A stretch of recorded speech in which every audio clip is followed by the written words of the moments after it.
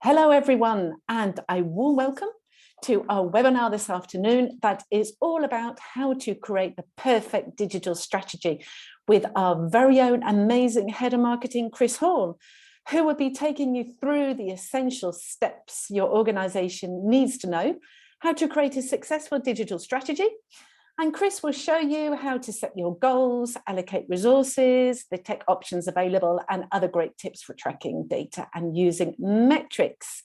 My name is Elizabeth, and I'm your host for today. And just before I pass over to Chris, as always, I'll quickly go over some house rules. So please feel free to ask questions at any time in the Q&A. And we'll be answering these at the end of this session. You can also vote for the question that you like with a thumbs up. And we really do like you to make our sessions as interactive as possible. So feel free to use the chat function to share your experiences, give us some advice and tips as we go along. If you're in the chat now, then say hi to us. Let us know where you're joining us from. That would be really good. We do have closed captions available, and you can turn these on by clicking on the CC closed caption button. We are recording this session, and the recording together with the slides and any links or resources will be available on our website soon, and we will be emailing these to you as well. Usually we don't have any connection issues, but if we do, I'll jump in, and my colleague Zoe will also do the same in the back end and sort these out. So let's get cracking with our session today. And I'm going to pass over to Chris. Thank you so much, Chris, for being our speaker on such a vital topic. And I'm just going to turn my camera off so you can go on, and I'll leave you to it. Well, thanks very much, Liz. The pleasure's all mine. Hello, everybody. Thanks again, Liz, for a lovely introduction. Always far too kind for me. And of course, as usual, thank you all for taking the time to join us today. I really do hope you're all having a great start of 2022. I'm not entirely sure what happened to January. It was there one moment, then it was gone. Apparently, it's February now. That's crazy, really. I don't really know what's happening to the start of this year. I feel like so much has happened already. I can see lots of you are saying hello in the chat. Please keep doing so. Chat, as Liz said, is the real value add of these sorts of webinars. So say hello, let us know where you're joining from. Any of my fellow Geordies out there, I'm always extra pleased to say hello to you. Although I'm not based in the motherland anymore, unfortunately. I am an adopted southerner. But thanks everybody for joining. Just want to get us started with a very, very quick introduction. Sorry, slides are playing up. A very, bear with me a second. There we go. A very, very quick introduction for those of you who don't know me, a little bit about who I am. You can find out more what's on the screen there, but I'm Chris Hall. I'm head of marketing here at Charity Digital. I've been here for 3 years in the charity sector, specifically been in the sort of tech for good marketing space for almost 10 years now. But I've never really felt quite as home as I ever have than I am here at Charity Digital. Really, really enjoy working here and really love the work we do and love getting to speak to all of you guys on a regular basis as well. And that's enough about me. So about today, you know, like many of you out there, I'm sure the beginning of the new year means preparing for the upcoming financial year, which in turn means reviewing how last year's strategy, last year's plans performed, and taking what those learnings have been and creating them into next year's digital strategy. Obviously, the digital strategies of the last few years have been somewhat different, haven't they? You know, the pandemic has showed that many charities have started to understand the broad importance of digital, but largely by necessity. It forced a shift towards the digital, with many charities learning quickly and adapting effectively and embracing all things digital and tech. If you checked out the Charity Digital Skills Report from 2021, that actually showed the progress that we've made as a sector as a whole, which was really exciting. Now, around 60% of charities now have some sort of digital strategy in place. And that's a whopping 11% increase on the previous year, which shows true direction, true progress. But it's only just the beginning. Now, as we move into the financial year 22, 23, and some stability, we all hope, fingers crossed, touch wood, everything, returns to our organizations, it's actually really important for the use of digital to continue and that progress to continue more specifically. We shouldn't want to, and we don't want to return to previous processes, but instead focus on the long-term use of digital. This time, not out of necessity, but more of desirability, more of opportunity, and above all else, out of excitement. Should be excited about what digital can do for us going forward. We need to go further and ensure that every charity, regardless of shape, size, mission, we need to make sure that every charity has the right digital strategy in place. So, without further ado, we're going to explore the basics and sort of not so basics today of how to create that perfect digital strategy. To kick us off, I just want to spend a very short time giving ourselves a little reminder for what exactly a digital strategy is. Very short and sweet slide, but simply put, a digital strategy helps you plan the application of tech to work and practices to improve overall capabilities in any organization. A good digital strategy focuses on the tech you need to improve performance, streamline processes, and perform a myriad other changes, all in the aid of better achieving what your mission sets out to achieve. Digital strategies specify the direction your charity wants to take. It should complement your overall vision for the future, and it should show you how your charity can progress and is progressing in that direction. So what are the benefits? A digital strategy is essential for charities looking to ensure long-term success. The reason is simple. Strategies bring a whole host of benefits, and we've explored sort of three for you very briefly here. So number one, it improves the direction and decision-making of the organization. An effective digital strategy gives charities direction above anything else. Too often us as charities make decisions based on opinions or on assumptions that we have, with a general sort of gut feeling dictating the moves. And there's a place for that, undoubtedly, absolutely, there's a place for that, but it shouldn't be the only driving factor in decision making. And the research, the benchmarking, and collaborative ideation that goes into digital strategies really allows us to make informed decisions based on patterns, based on trends, and above all else, based on the vast amounts of data that we collect. Number two is ensuring ownership and team buy-in. What a digital strategy does is it actually assigns roles and responsibilities to members of teams and helps them feel a part of some bigger project that's going on within your organization. It allows employees to know what's expected of them and by when. And it gives them that sense of having a fingerprint on the future of the organization, which in turn provides greater accountability and improves team buy-in. And it does lead to a greater sense of ownership, which ultimately leads to better staff retention and increased productivity as well. And number three, it increases transparency. This is simply because the entire team has access to the strategy. Everyone knows what's expected, and there's a process in place to increase that accountability. That means that the digital strategy will drastically improve transparency. Was it like Dick Dastardly went back to wacky races there? Drastically improve transparency. And increased transparency is brilliant for charities. Here's why. According to various studies, there's one called Tiny Pulse's Employee Engagement Survey. Employees have indicated that organizational transparency is the #1 factor in determining workplace happiness. Transparency also improves creativity and productivity, as people can chime in and provide support and knowledge at the right time, rather than one person running around trying to pull people in for support as and when needed.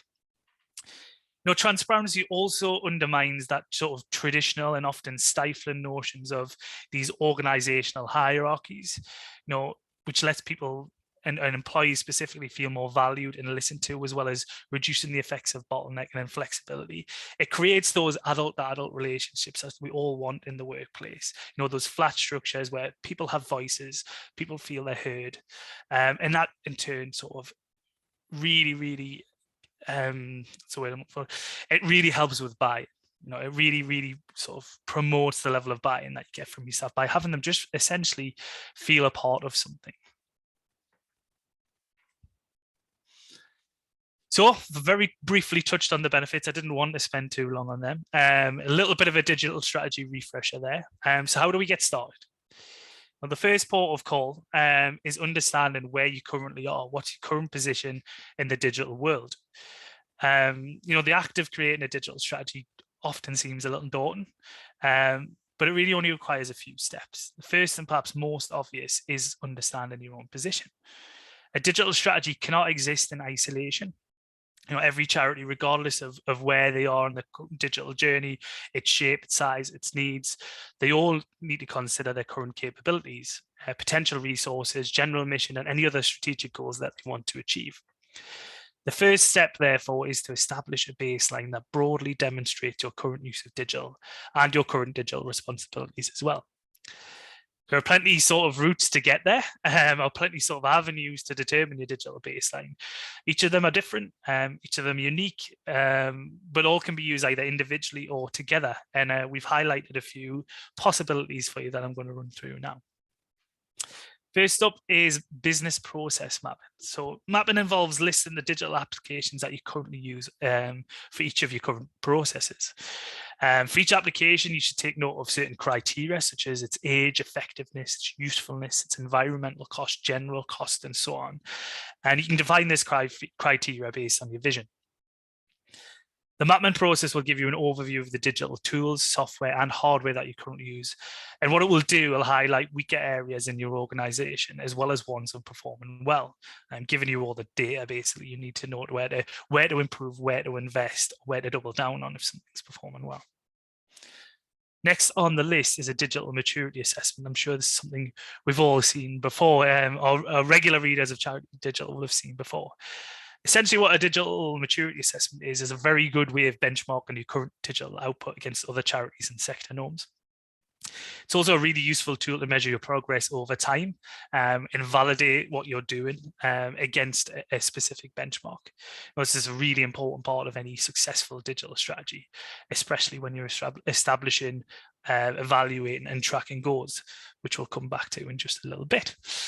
There's actually quite a few out there, and there's plenty of digital maturity assessments already in the ether, and already some that a lot of charities are taking advantage of, including ourselves.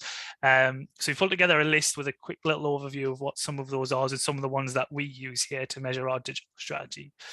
First up is the NCVO Digital Maturity Matrix. So this was built in 2015, and it's a checklist that provides insights into necessary nuts and bolts needed for an effective and successful digital operation. The latest version is now owned by the NCVO, has been redesigned and is incredibly useful to as many charities as possible. We'll be shooting the links to all these out in the resources afterwards. So keep an eye on your inboxes when they come. Next is the Digital Maturity Framework.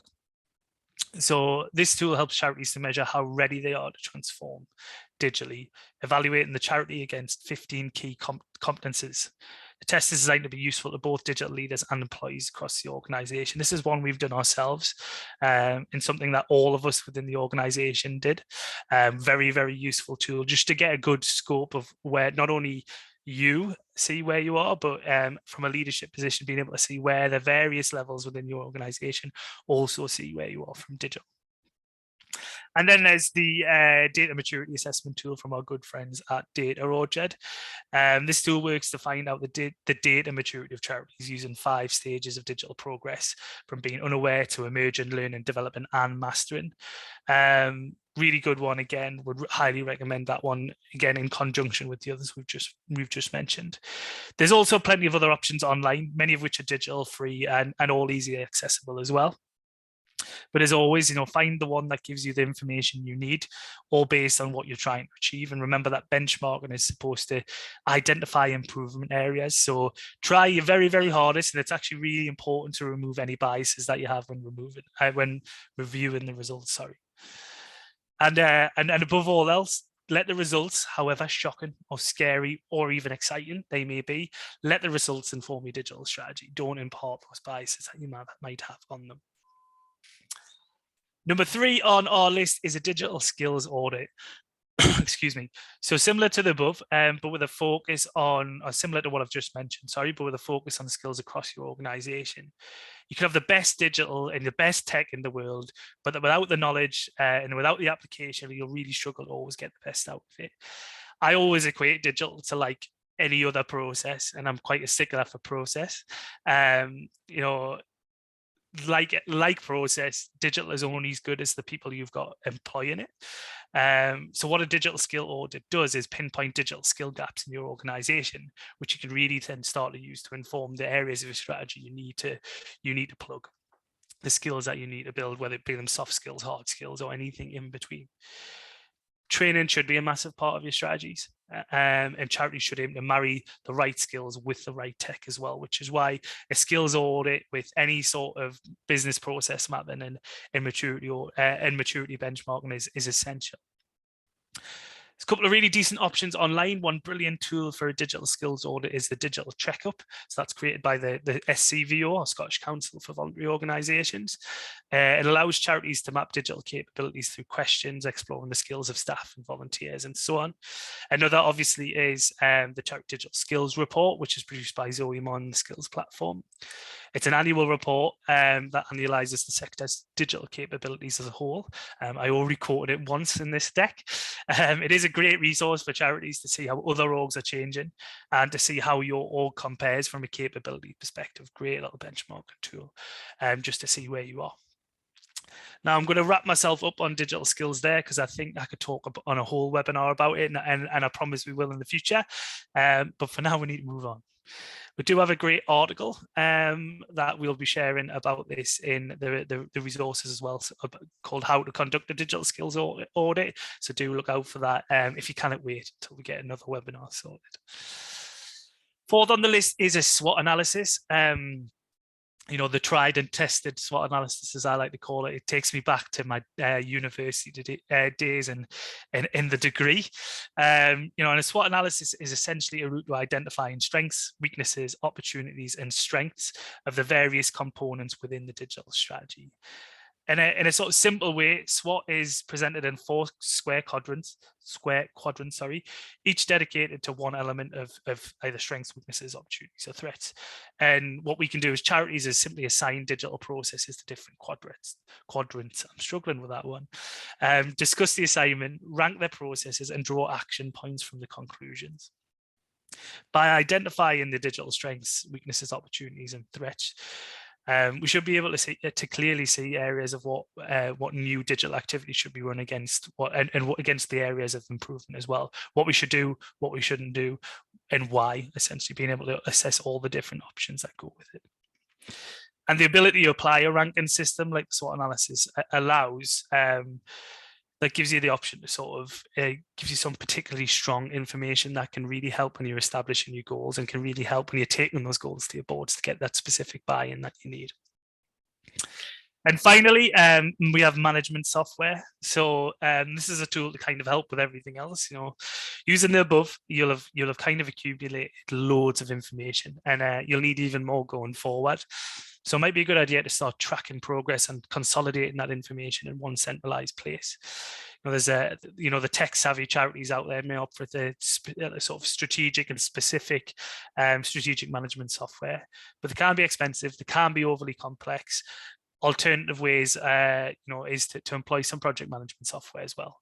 You know, Asana, Trello, even Miro to a degree are really useful places where you can add the strategy as a project, add cards, add notes for the various elements that you need.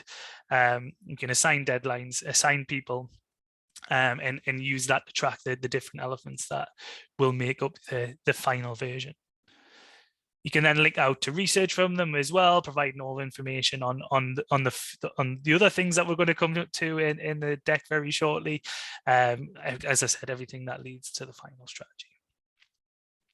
Wherever you choose to keep information, ensure that all stakeholders have access to it, of course, as well.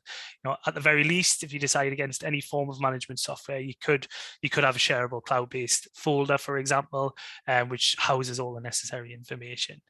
You know, even Word and Excel, you know, are all useful when it comes to defining digital strategies and have their place. They still very much work. So if that's what you have, use it, but make sure everyone can access it. So now we've got a clear understanding of where our charity is, where our organization is, our current digital benchmark. This is a great time to start to get your teams involved. But getting your team to work on the digital strategy with you allows them to really feel part of the natural progression of the organization. And this is something that will pop up a lot throughout this, as we'll get in boards in an early stage as well. It's just highly motivating for any team. It can really make that sense of unity, that sense of cohesion even stronger. We all know change is scary, but at the same time, we all know concerns are eased when people feel part of it. You're divvying up tasks among leadership teams to begin with, and then departments as you go through it. Not only spreads the workload, but it empowers people that are involved in the change to actively make the change happen at the same time. This then grows through the relevant steps of the digital strategy creation, which again, we're about to come on to, but your fundraising team can run some donor research for you. Your service team can analyze the trends in service delivery. Marketing teams can build personas to grow your organizations in the right way. It's spreading the load, allows that buy-in that at an early stage, which can make the process of adopting the digital strategy a lot easier down the line. So as you may have guessed it from what I just said in that very short last paragraph, the next important step of developing your digital strategy is keeping track of digital trends. It's vital that charities, when developing a digital strategy, keep up with both technology trends such as progress with artificial intelligence, virtual reality, increasing speed on mobile devices, new software, hardware updates, and so on, and the wider demographic trends as well, particularly the shifts in digital behaviors of donors, service users, and employees for that fact as well. By keeping on top of trends, charities will be able to notice opportunities and risks, offering a greater understanding of them, offering us a greater understanding of the market. Here's just a few examples of some of those opportunities. Extending services across geographical boundaries, creating better service options for users, providing differentiated service options based on need, reducing costs with new digital enhancements, and so on. Now, what we can do as charities is really take that trend data and marry those demographic trends with tech trends. That allows us to make the most of these opportunities. For example, let's say we know that people under 25 show a clear preference for text or chat interaction rather than voice calls. If charities are increasingly working with the under 25 demographic, it might be worth pivoting towards more interactive websites, perhaps even a chatbot, employing WhatsApp groups, Facebook's group messages, that sort of thing. This trend information is all data that we can use to define the digital strategy going forward. But how do I keep on top of trends, I hear you ask? Well, here's some useful resources to help. We Are Social, the We Are Social digital report published in partnership with Hootsuite looks at a variety of themes and exposes general trends. It provides data and digital from across many different countries, including data on the use of mobile devices, social media, and more. You might say, well, that's outside the sector, and all the more reason from my point of view to be reading it. Often other sectors are quicker to pick up on these trends. We've seen that with NFTs, and charities now using that as a valid source of income as well. But very important to sort of always look outside and see what's going on. Similarly, the Ofcom communications market. The communications market report is an interactive data portal that allows users to integrate data collected from Ofcom, consumer research, and headline figures from selected third parties. The report covers digital usage, the mediums that are being used, connection speeds, and much more. And we also have the Nielsen Digital Insights, which releases various reports that highlights the behaviors, attitudes, and perspectives of consumers, which could help you understand the way people are using digital. The reports tackle individual subjects in detail, which will be particularly helpful if you're looking for more information on specific digital trends. Brilliant stuff. As well as that, obviously, there is the relevant bodies within the sector as well. We take those trends, turn them into something a little bit more specific and more use case based that charities can really learn from. Check out some of our friends, shameless plug for them. So CAST, Catalyst, the NCVO, SCVO, Zoyamar Digital, and many, many others as well. But of course, check out the Charity Digital website. We are great at this sort of stuff, keep on top of trends, and we always like to put it in many digestible forms as well. So there's loads of articles, videos, webinars, podcasts, and a lot more on digital trends. Shameless plug. Apologies for that. Next on our list for designing the perfect digital strategy is arguably the backbone of it all, which is defining your users' needs.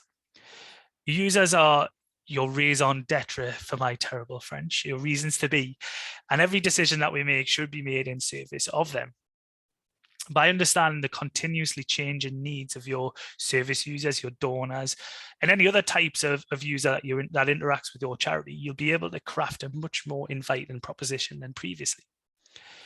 Here's just a very few quick things that user research can give you. It allows you to create more effective products and services. It gives you goals, your missions, and your strategy greater direction. It allows for more informed and more targeted decision making, and encourages greater empathy throughout your organization. It pulls you closer to the person you're trying to help, the person you're trying to get a donation from. And without user research, charities often make assumptions that I alluded to before. We make assumptions about the digital tools and the digital skills that we think we'll need. And these assumptions can lead to wasted resources, wasted time, and wasted results that do not provide the best possible experience for users or donors. So by focusing on user needs, we really help to fine-tune our digital strategy. But always keep in mind the process of researching users' needs should be iterative with constant revision. It's not a one and done scenario. Just because a user needs are established at one moment in time, that does not mean they'll change in 3 months, 6 months, a year, 2 years. One good idea for this sort of stuff is creating like a donor advisory board. It could be made up of a mix of the different types of donor that your charity engages with. You can meet them monthly, quarterly, continuously ask them questions about how they donate, the platforms that they like to use to donate, new things that they're dabbling with, the content that helps them donate, that sort of thing. It basically allows you to continuously adapt to their ever-changing needs as new things come into the environment. Same can be done for service users and even employees. Keeping employees happy is critical. That's just one idea, but there are a few other strategies that you can use to establish user needs too. And I alluded to them earlier, so they won't be surprising. First is quantitative research. To really start to determine the user needs and desires, start by using the information you already have, and you've likely got loads. Charities collect heaps and heaps of data. And, you can check out data from past events, donor data, membership data, sign-ups, social interactions. The list's endless. Loads of places for you to start mining. Obviously, ensure you have legal consent to use the data or share the data if you're looking to do that, and you ensure you're always using it ethically as well. Once those boxes are ticked, you can then use each piece of small information to get a better understanding of what resonates with your users and what you might be missing. So to put this into perspective, you could check what articles or blogs have been successful. You can look on CRMs to find out various attributes associated with your users, how often a user needs your service, the time frame between donations, campaigns clicked, or service user acquisition channels. Take those and generate ideas with your team and think about where data might be found. It's not always in the most obvious places: CRMs, socials, website, email platforms. Even on paper, we still have a lot of charities use paper, but that itself is still data. Everything we collect on an audience member can be used to make a better experience for all your stakeholders. And after uncovering quantitative data, you may wish to go further and combine that data with some research of your own, which brings us on to the next one, which is qualitative research. So as I've just said, qualitative research can really help fill the gaps in the quantitative data that you might find. Good example of this is you could survey your users or even conduct face-to-face interviews and ask them questions about your present situation. Survey, great to get the breadth. Great research tool to be able to reach a wide variety of people and get a good baseline of understanding. We highly recommend doing interviews as well. Interviews give the depth to the breadth. Essentially, you can go in deeper, ask the questions, hear it straight from the mouths of donors or service users themselves, and really get a good understanding for not only how they're interpreting your organization and engaging with your organization, but how they're feeling about it as well. What's the sentiment? And always remember that it's not just about the stuff they say. It's really important to pay attention to the stuff they don't say as well. That can always give you that little piece of added value, which can really help inform your strategy even further. Things to look at and things to ask is, what do they like most, least about your service? How could you improve your donation journeys? How do your users like to be communicated to? How do your users hear about your charity? And what channels do they engage with the most? The key to qualitative research is to think carefully about the information you need. Do not simply ask the expected questions, as I was kind of just saying. Ask the questions that will best inform your digital strategy, the questions that will lead you to effective improvements in your services, your donation journeys, your marketing, and so on. Ask the questions that will give you all the data you need to decide the direction of your digital strategy. And what's next on the list can help even further with that. I see there's some persona chat going on in the chat function, so hopefully this will help a little bit. Next on our list is user personas. Essentially, user personas are a fictional representation of your users, and they do have a whole host of benefits to charities. They help you to understand users in a more in-depth way, where they visit your website from, how they engage with your charity, how they like to hear from your charity, favorite social platform, the type of service they engage with, how often they donate, and even their likes, interests, and hobbies and browsing preferences can all be used to better inform you. User personas are created through the research we've just mentioned, and you can take that data, look at it with the functional goals of your organization in mind, and start creating personas. Take fundraising, for example. You can create user personas that directly support your fundraising objectives. One user persona could be 25-year-old Charlie from the UK who is active on social media and prefers Twitter than any other platform. Charlie is more likely to donate via social media campaigns and engages more with content around animals. Charlie also spends their time online reading wildlife and conservation blogs and forums. Now, this is a very, very basic and not so detailed persona, but I hope it kind of gives you the gist. Broadly, Charlie should represent the needs, desires, and attributes of a segment of your users. And you should have more than one. The number of personas that you have can range depending on your organization and the functions within it. But each audience should be split down into personas to better cater for their needs. Essentially, what personas are at this stage and how they can be used is to show the potential of growth within your charity. By developing personas for fundraising, service delivery, and any other audience you may have, you can use the demographic data that you've collected, likely how they prefer to engage with you or what platforms they're on and so on. And you can take that to actually generate a forecast of how you can grow that specific audience in more detail. And this can prove to be a really appealing story for boards and any marketing, fundraising, service team as you're looking to get buy-in. Now, you can even take it one step further and attach pound values to those personas. For example, growing this type of donor will make us X more pounds, and that will help us cover the service user growth that costs Y more pounds. Adds a lot of weight to your board asks when you're going in there to present that digital strategy. But it doesn't always have to be so serious as well. You can also have a load of fun with personas. We have funny names for ours here. You can use fictional characters to broadly represent your user personas. For example, use names from TV programs, classic literature, all with broader definitions. Don't be afraid to be playful. Memorable personas are more likely to be applied by the team. They're simply meant to help you make better decisions without constantly referring to huge swaths of data. When deciding on your digital marketing for fundraising and deciding who you want to engage with your next fundraising campaigns, think of Charlie, think of Alan Shearer, or even Cheryl Cole, instead of making assumptions of what you think is best for your audience. Personas take time. Yes, but it does help. It really does help define your organization strategy going forward. You can also mitigate some of the time by using specific templates out there. You've got the likes of Miro, Hootsuite, Canva, just a few places that have these persona templates in existence already. Really good place to get kickstarted if it's not something you've done previously. Lots more I could talk to you on personas, but I've tried to capture that in a very brief moment for you. Moving on, next on our list is kind of staple part of all strategies, and that is to establish your goals. So you've tracked your current position, you know where you are, you've understood the trends, you've taken them on board, and now you've defined what your users' needs are.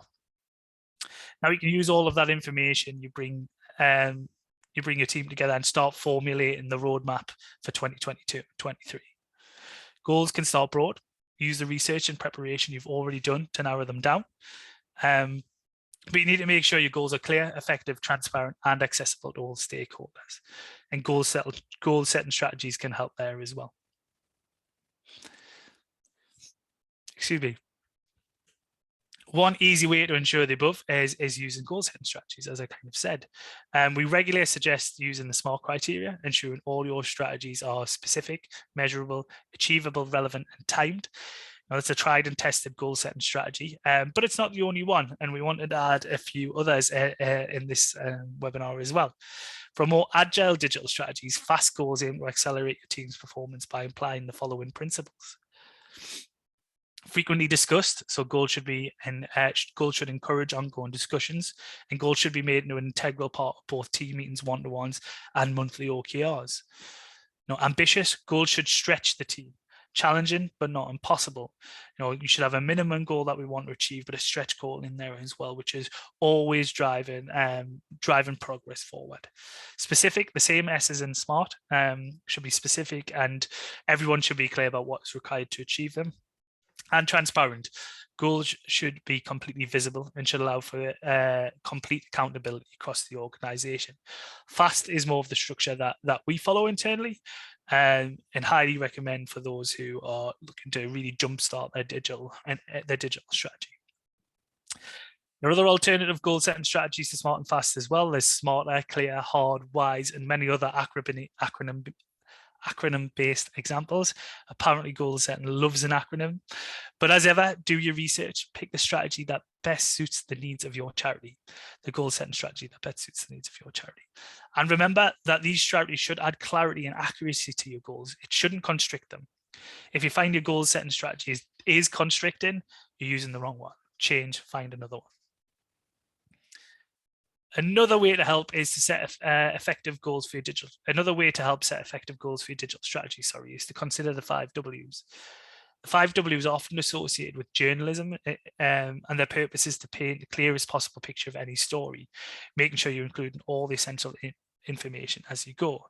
But this can also prove super helpful when charities are defining and refining their goals, as they really help to pinpoint any blind spots, consider additional responsibilities, further consolidate timings, and think about the rationale behind your decision, among other things, including painting a very specific narrative that you want to take to relevant stakeholders.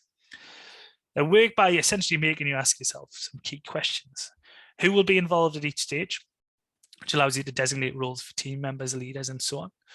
What you need to complete at each stage, examine your own resources, projected resources, and so on. Where each stage will be complete, on which platforms, channels, socials, tech, that sort of thing.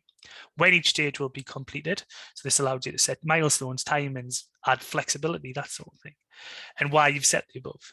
So determining the specific factors, whether it be the financial, economically, environment, that sort of thing. Now, use the above to further add clarity to your strategic goals. And remember that it's better to fine tune at this stage than push forward despite absence of clarity.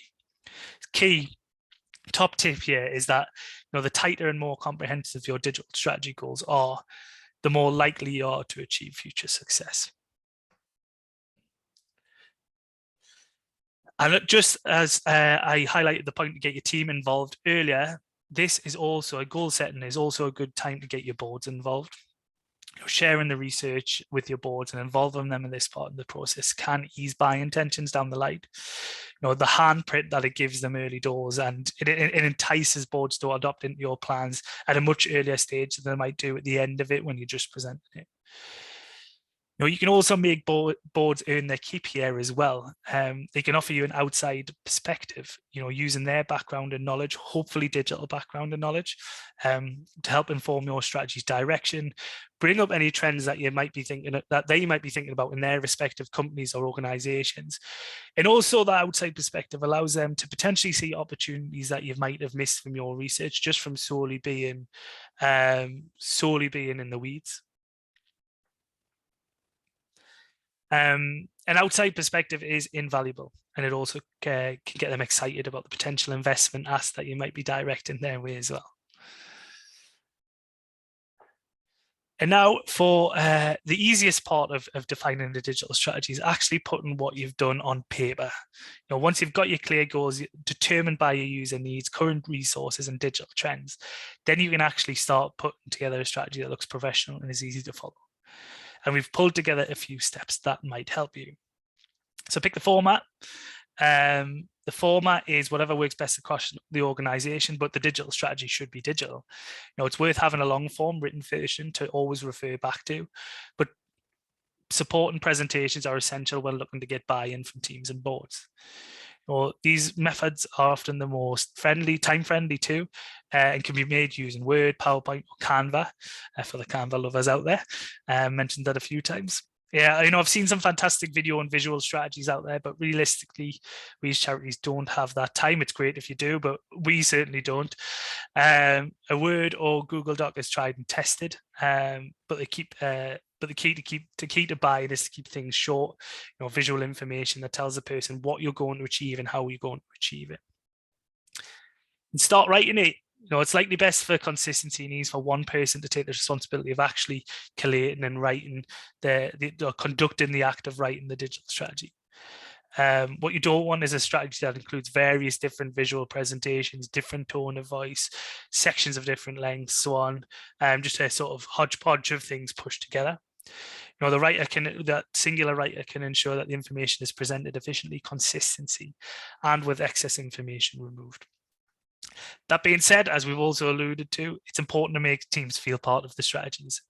Having that fingerprint on strategy development makes it easier for teams to buy in.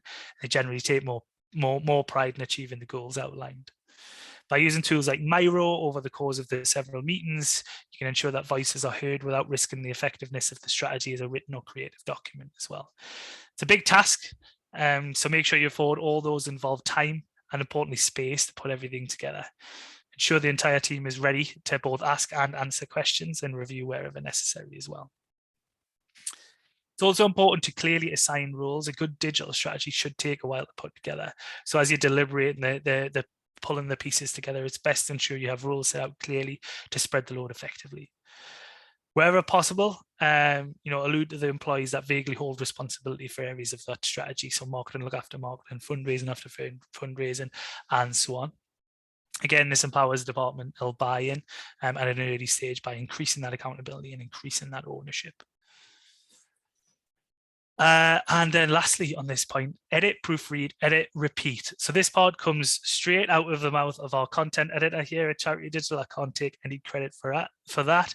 Having written loads and loads of sort of big, long documents before, he suggests that the writer should perform the initial edit of the document, looking over the writing to ensure it's consistent and presented as clearly and concisely as possible. Then it should go around to all stakeholders for a further edit. This isn't an edit of an article. You don't want any quibbling over grammar. That's not what this is about. Instead, you want the focus to be on the fine detail, especially relating to that individual areas of expertise that we were talking about. The writer of the strategy has likely standardized and consolidated lots of disparate information, so team members will need to confirm that it's all still accurate and easy to follow. And once the strategy is in place, where it's in a written final draft, after the team has checked everything, the writer should put it aside for a week or so and then edit again with fresh eyes. That will allow them more clarity and likely lead them to notice mistakes they missed because they were too close to it previously. Once you've got the final draft, enlist some outside help from other teams to potentially proofread as well. Big charities like to have someone some big charities like to have some different options to others, other employees who have the right skill set, in-house proofreaders, that sort of thing. For smaller charities out there, you can perhaps reach out to partners or volunteers, or if possible, pay a proofreader to scan the document as well. Johan's top tip, or editor's top tip, remember to ensure tracked changes are always turned on so that you can see what's being amended. You don't want to be continuously searching for amendments that you don't know that's happened. And that is it. Oh, I've forgot to skip, sorry. I've jumped ahead, sorry, it's not quite it. I've missed my final slide. It's almost it, I'll take that back. The very last thing to do is to finally share that strategy and get buy-in. Make sure you set plenty of time aside to walk teams through the strategy and allow time for questions, as clarity will almost certainly be needed at some point. the way we see it, it's sort of a three-pronged approach. Buy-in from boards. Before presenting to your team, you need to secure buy-in from boards and any investment that comes with running your digital strategy. Hopefully, as I've suggested earlier, involving your boards in the strategy process itself will have eased a lot of the restrictions. But if not, having a clear and concise strategy deck focused on actions, results, and return on investment is key to success. Showing the research and analysis done around trends and user needs in terms of growth makes the proposition very hard to say no to. And that's what this is all about. Make it clear and impactful. Equate the fundraising personas to potential fundraising revenue, as I said, and clearly walk through the plan on how you're going to get there. Show how understanding users' digital needs and how the money raised from fundraising personas can help you better deliver digital services and ultimately drive more charitable impact. Essentially, it's all about that one thing, using the research, the goal setting and planning built on the data and need that you've collected to make it really, really, really hard for your board to say no to what you're asking them. Buy-in from teams.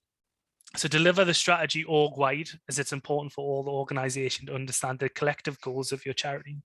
Make sure to create a safe space for questions and understanding, as other teams might be curious about other parts of the organization that's going on. And it's good for them to be curious about that. This is important as it creates that togetherness.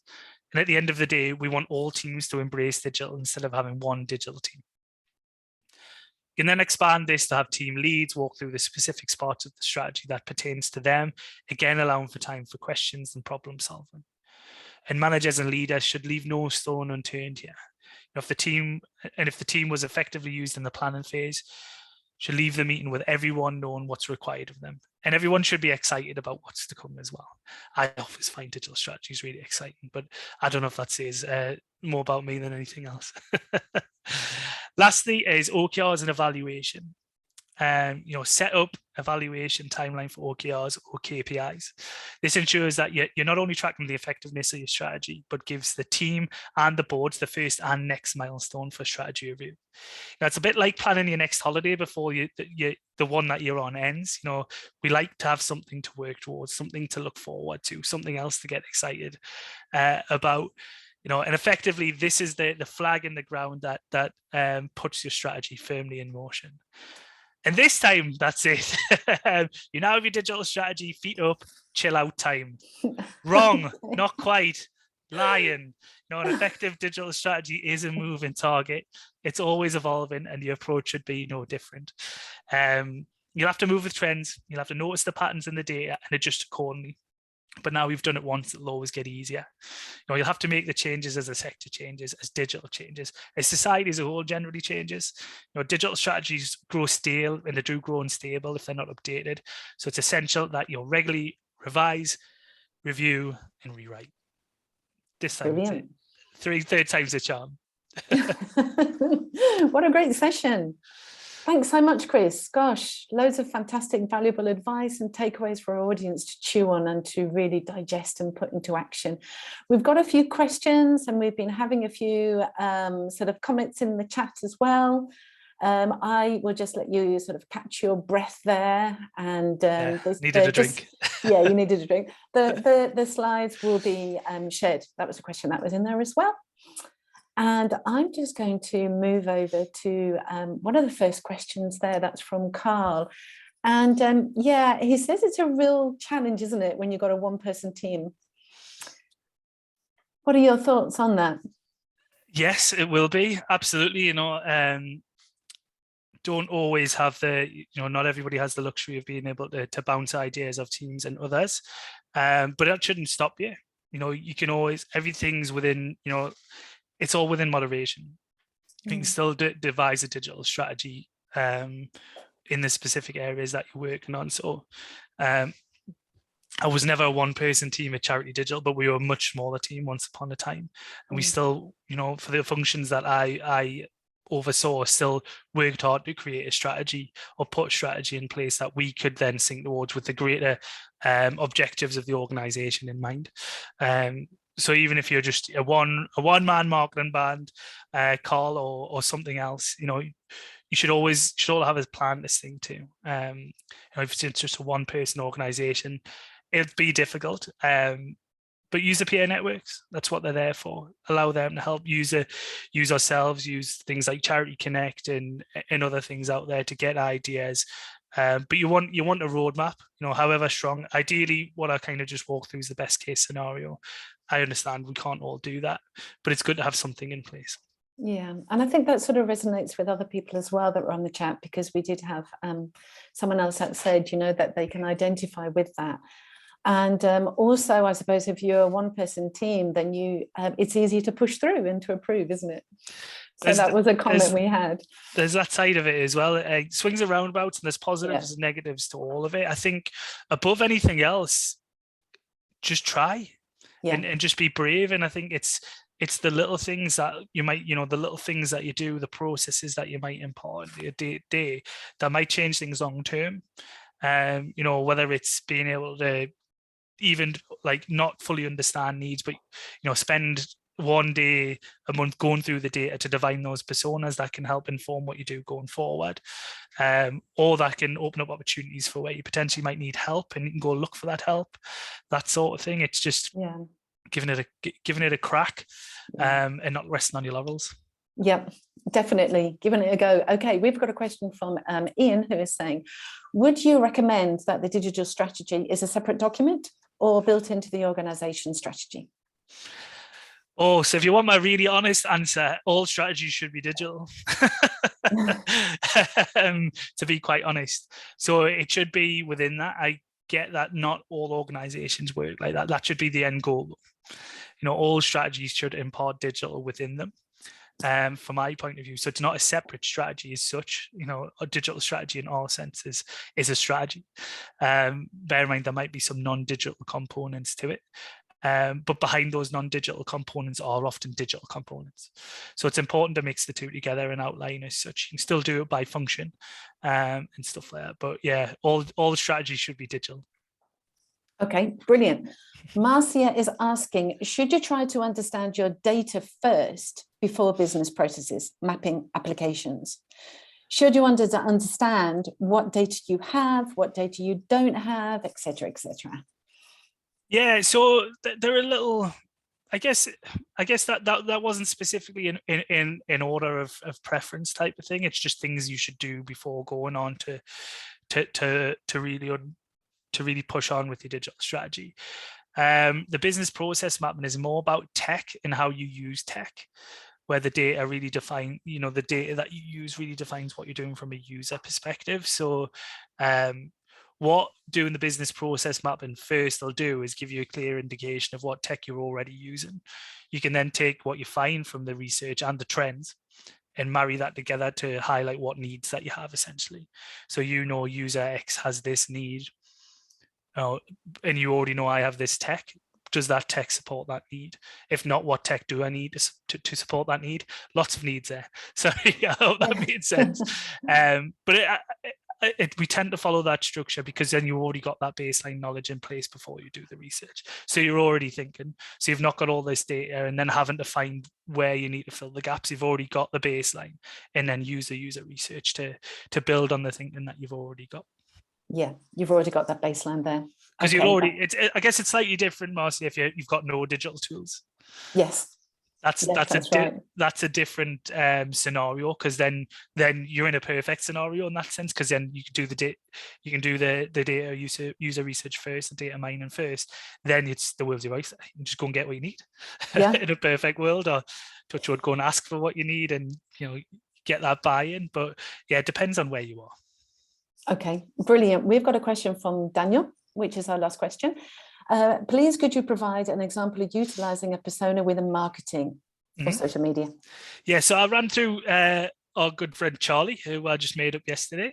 I don't know if that helped, but that was a very broad one. I think, what I like to understand from a persona point of view, what I like to do when building personas.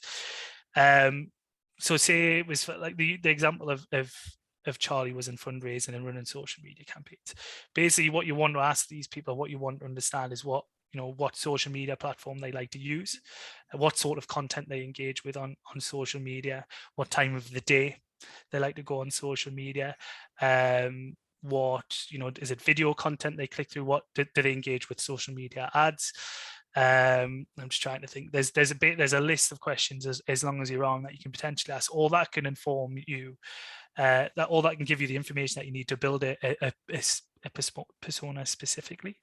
So you might have, what you might find is you survey 100 people who come to you through social media. What you'll start to see in those answers to those sort of 5-6 questions that I've just rattled off are trends. So if you use social media as your most prominent form of acquisition for whatever you're doing in your charity, that will give you different social media personas. So you'll have persona 1 who likes content around animals, as I said before, but only engages with video content. Persona 2 might be only engages with ads that involve XYZ. Persona 3 might be engages with everything, and this is probably what that sort of thing. You can then use those to tailor your content that you put on social media to grow those specific audiences more. Does that make sense? Yes, I think that answered it. I think, yeah, completely. You've answered that. Yeah. Yep. That was great. And it goes in a lot more detail. That there's a very convoluted way of doing some big persona, like user research, that will identify our personas here as well. Sure. We have got, our demographic audiences cover size, cover job function, and cover seniority. So within that, we could potentially have, I think it's about 60 personas, which is outrageous, way too many for our content and marketing function. But we're trying to narrow that down based on the trends we find from our user research. So what type of content do they engage in within charity digital? What platforms do they get to charity digital from? Is it from social? Is it from SEO? Is it from Google? Is it from partners? That sort of thing. We use all that data to basically produce better content for all of you. So this is something we're very much practicing what we preach here. Yeah, no, indeed. And that's fantastic. That is so good. Thank you for covering that. Really, really good advice, good detail, just great. It's been such an enjoyable session. Thank you so much, Chris. We're going to wrap up because we have come to the end. And just before we go, just before I say thank you to Chris once more, I just want to do a heads up and say to people, don't miss out on our next events that are coming up. We've got the last of our 3 series on everything you need to know about Microsoft 365. On the 22nd of February, we've also got a webinar covering the 5 steps to improve charity security on the 24th of February. And don't forget our digital transformation week, which is from the 14th to the 18th as well. And we've got other things coming up, so check out our website. Thank you. It's been great hosting, and it's been great for you as well, Chris, because I can see that you have really enjoyed going through all of this. It is your passion, isn't it? I love strategy. I'm painfully boring when it comes to digital strategy. It's the best part of the job. I love ideating, I love creating, and just want to say a big thank you to everybody in the chat as well. There's some really, really heartfelt comments in there. So yeah, there's been some really great comments on there. Thank you very much. Yeah.